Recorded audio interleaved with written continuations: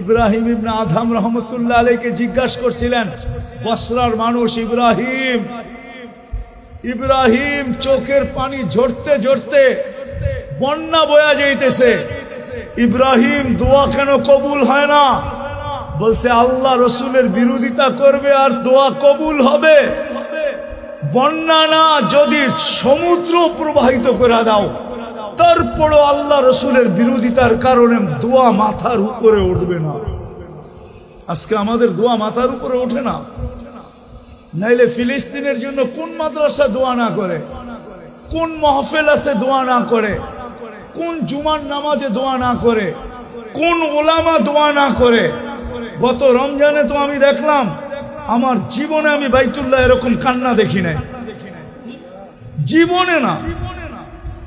আজ থেকে তো যাই না বাইতুল্লাহ, গত রমজানের মতো কান্নার রোল আর পানির স্রোত কাবাও কোনোদিন দেখে নাই, মদিনা মুনাওয়ারাও দেখে নাই।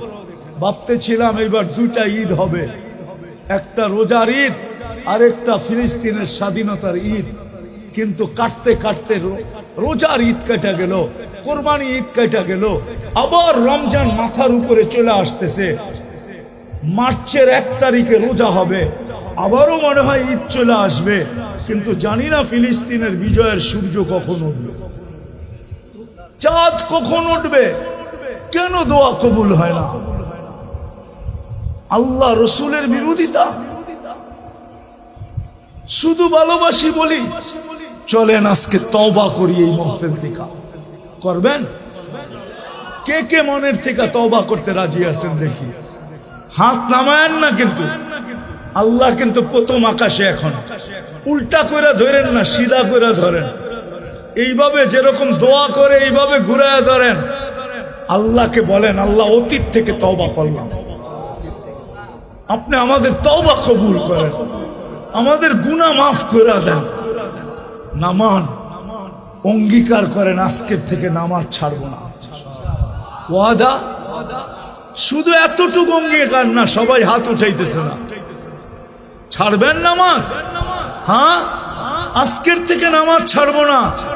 আরেকটা কাজ করব, শুধু নামাজ পড়বো না, আমি প্রতিদিন একজনকে পায়ে ধরে নামাজ পড়াবো। পারবেন? নামান নামান, মসজিদ ঘোরা দেন। আমার চেয়ে বেশি দুনিয়া আপনারা দেখেন নাই, আমার চেয়ে বেশি চোখের পানি আপনাদের ছড়ে নাই। আমি অহংকার করে বলতেছি না। আমার চশমাটা পাতলা দেখেন, আমার ভিতরে আরেকটা চশমা আছে, মোটা লেন্স লাগানো আছে আমার চোখে, পানি শুকিয়ে গেছে। আমি দুনিয়া ঘুরতে ঘুরতে ঘুরতে ঘুরতে চোখের পানি শেষ হয়ে গেছে।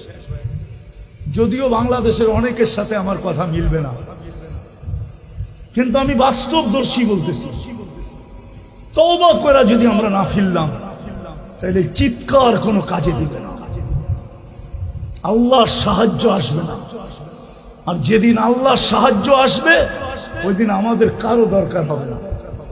সকালে উঠে দেখবেন বিজয়ের ফ্ল্যাগ উঠতেছে, আল্লাহ ফেরেশতা পাঠায় দিবে, ফেরেশতা